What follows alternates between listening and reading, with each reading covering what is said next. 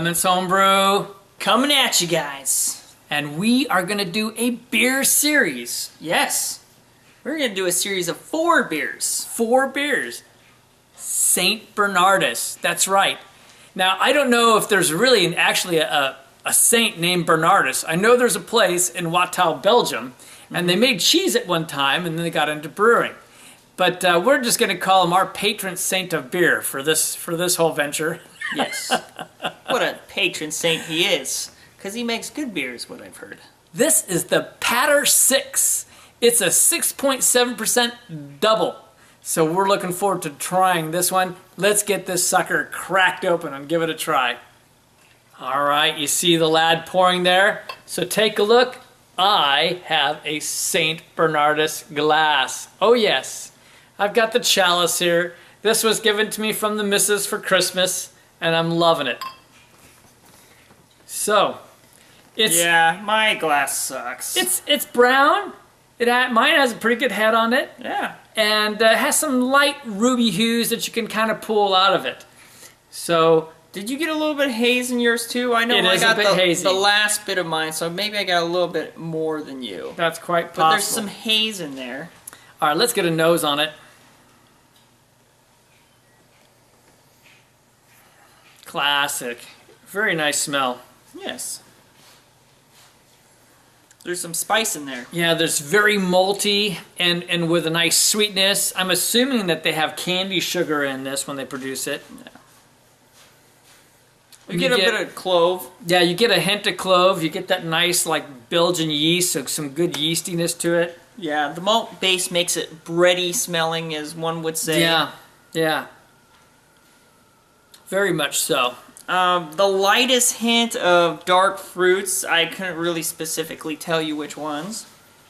Yeah, it's hard to tell. I'd say I get a bit of raisin, but I also feel like I get a little bit of apple off of this as well. It's almost like a hint of toffee, a hint of caramel on it also.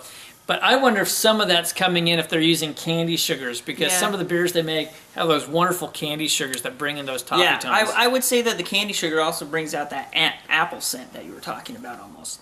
It is nice, but Christian's right. It's mostly the maltiness and a really good breadiness to it. Just a, just a little bit of nice spiciness on that, though. Yeah. All right. Well, I said let's dig in. All right. Cheers. To the saint. Okay, so doubles can be like medium to full body. I'd say this is a medium body. I'd say so too. And they're usually pretty high carbonation. And this is moderately high. I wouldn't say it's extremely high. No, not extremely high. But it's on the high end of moderate. You get that maltiness again to it.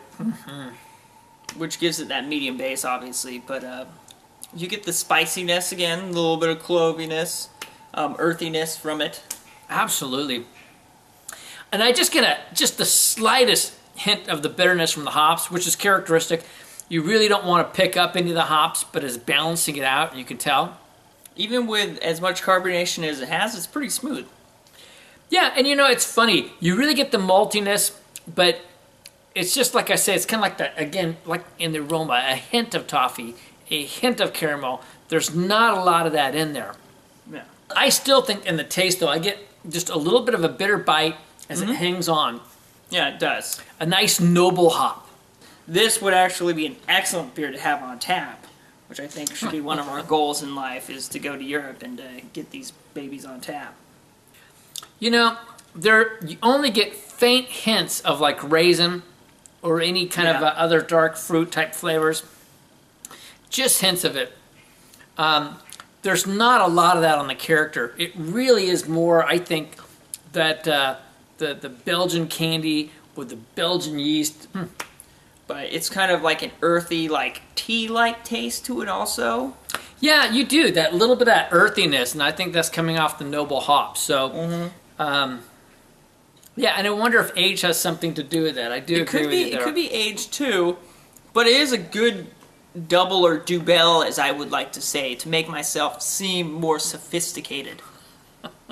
Let's face it, I'm not. It's amazing how much lacing it actually leaves on the glass even. It does do good lacing. It finishes semi-dry, It kind of does leave you wanting to drink more.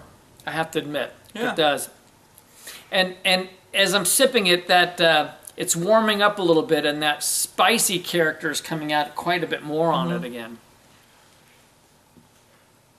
And I feel like, unlike most Belgians, I'm enjoying this more. Like, sometimes there's just a taste to it that some Belgians get that I don't like. Like, a lot of them usually have a banana taste to it, and right now I'm not getting that. Do you? Not really. I was trying to figure out if I was getting a hint of the banana, but if I am, it's a hint. It's really not there. That's more the Belgian yeast character. It's not really what I call the banana aspect of it. You know, it's been a long time since I've had a double. So, are you talking about a person with you reviewing, or are you talking about the type of beer? That's true. Either, for that matter. It's kind of crowded in here. But, yeah, so I don't know if I want to rate this so much on style. I have an understanding of the style, but I don't really have, my palate's not there to compare. So I could do an overall on this one. Yeah, and I'm just fine with an overall, too.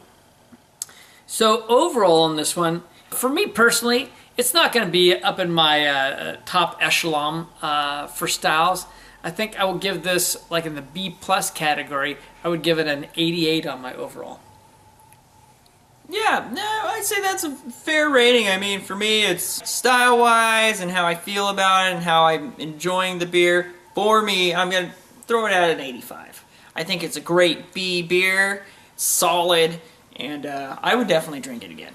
This was the Patter 6 from St. Bernardus. It's a nice double. It's a very good one indeed. And this is Kevin. This is Christian. From Clement's Homebrew, saying life is too short To drink cheap beer. and we will see you On the next beer review.